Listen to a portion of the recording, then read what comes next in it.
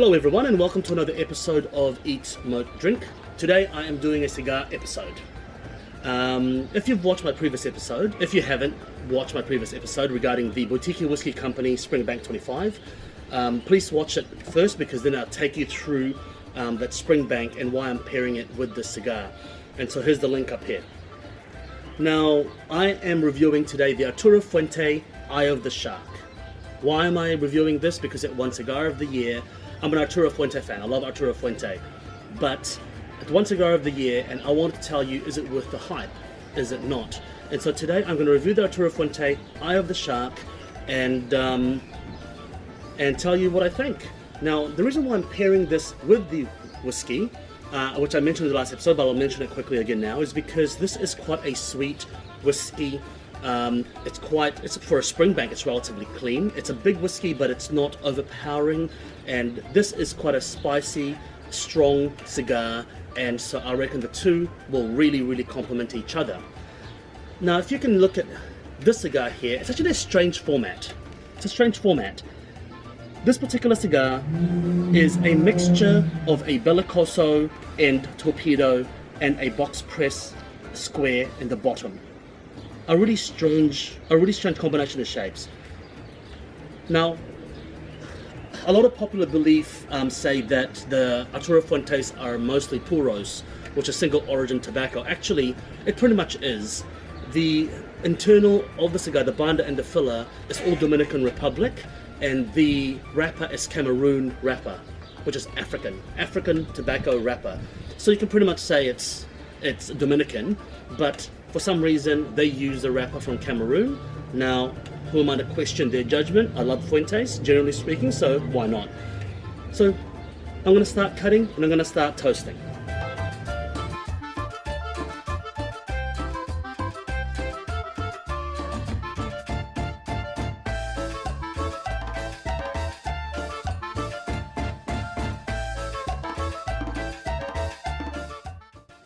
What I quite enjoy about the cigar so far is it's actually quite tightly packed. So most non-Cubans I find are very loosely packed. This is very tightly packed, that I'd say the way they packed it is very Cubanesque.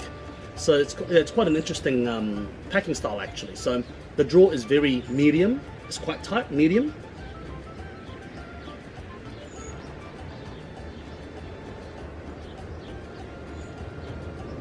All right. Well, let's warm it up and see you again in the first third.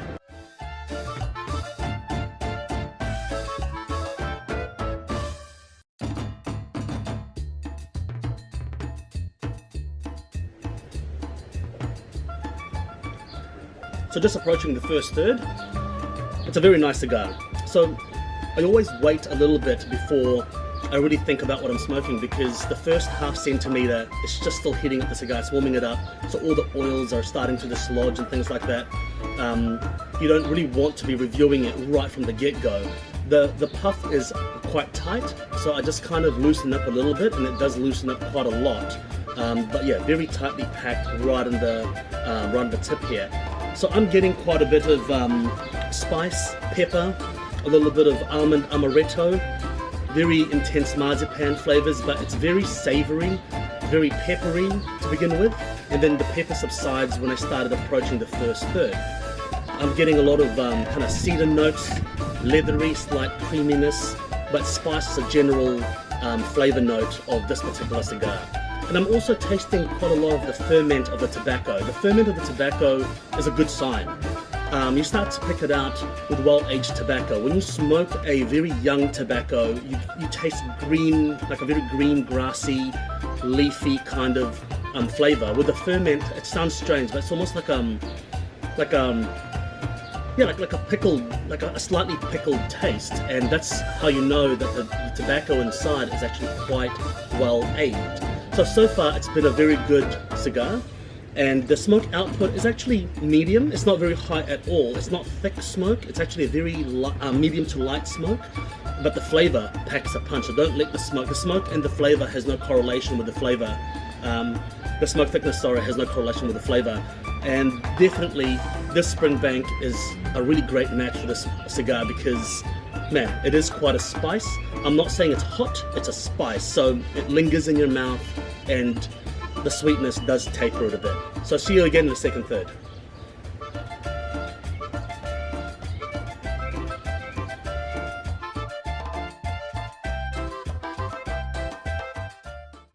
So I was having trouble getting a good draw before, so I decided to cut maybe 2 millimeters off the top. Much better.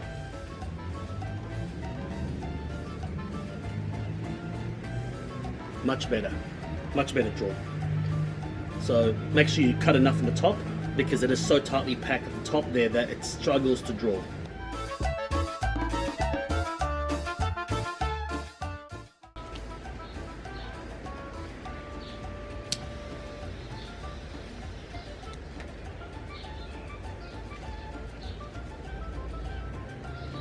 So I've just had to touch it up. And but look, the uneven burn can actually be from the breeze outside, you know, so I can't say that it's a construction or anything, because generally Fuentes are constructed extremely well. So now the second third, I must say the flavor is quite consistent the whole way through. There's no spikes in flavor or bitterness or anything like that. It's spicy as hell though, very, very spicy.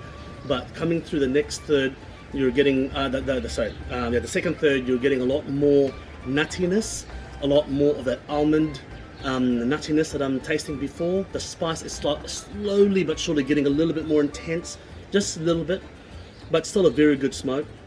And after cutting the top a little bit more, I'm getting much more puff out of it, which is really, really good. So I'm in the home stretch now.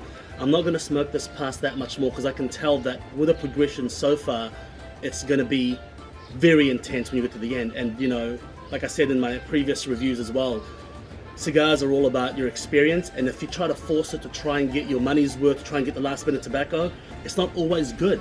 It'll just ruin the last taste you get. It's going to be really crap, and you don't really want to do that. So the second third is all about nuttiness, a lot more spice, very similar to the first third, very consistent. And the smoke, if you have a look,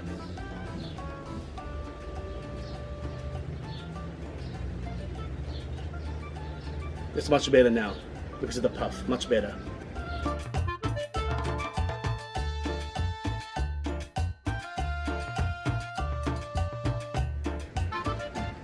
So I'm in the home stretch now. In fact, I'm almost finished. The band was there, and when I removed the band, it started to expand a little bit. It got a little bit ruptured on the side. It doesn't matter actually when a cigar ruptures like that. You just got to be careful with it. You know, the wrap is still going in there, so it doesn't really matter. But the progression has been very slow until until the very end, and then the spice becomes more of a cayenne pepper heat, black pepper, very peppery as opposed to spice. It's a very strong cigar. This cigar is not for the faint-hearted. It's small, it's a Robusto sized, a little bit thicker than a normal Robusto, but it's a Robusto size. But it is a very, very strong cigar. So don't let the size fool you. It is a punchy as hell cigar. It'll punch you in the mouth if you're not careful. And right now, I'm not getting the nuttiness anymore. I'm not getting the almond anymore. It's just a lot of spice. And of course, you get the quintessential tobacco woody flavors, but it's very, very spicy and peppery now right in the end. Not a bad peppery, not overwhelming, but it is very peppery and quite intense. And the smoke,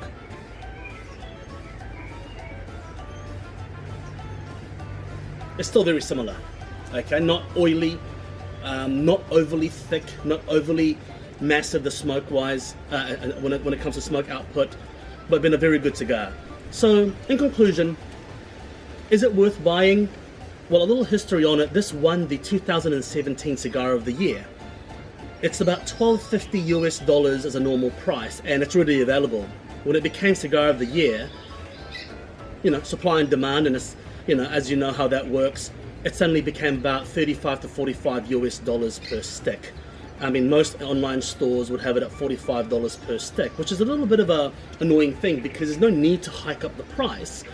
I got this for $12.50 US, and I bought basically a box of them, and it's a great, awesome cigar, and it's very, very strong. Is it worth $12.50? 100%, you bet. Buy the box at $12.50. Is it worth $40 US? I would be very, very hard pressed to say it's worth $45 US. Maybe. I think that it'll go head to head with an Opus X in terms of flavor profile and smokability.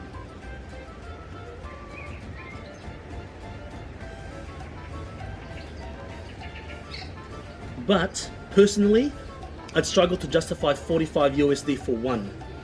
So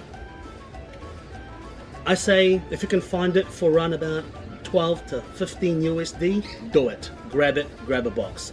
But if it's 45, think twice. Buy one first and try it to see if you like it, because that is very high on the spectrum of pricing for Fuentes that you get.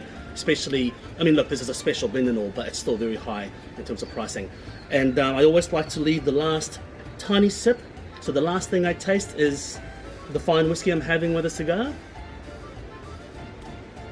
It is a great match though. The sweetness, earthiness, spicy and pepper, and nuttiness fits perfectly together.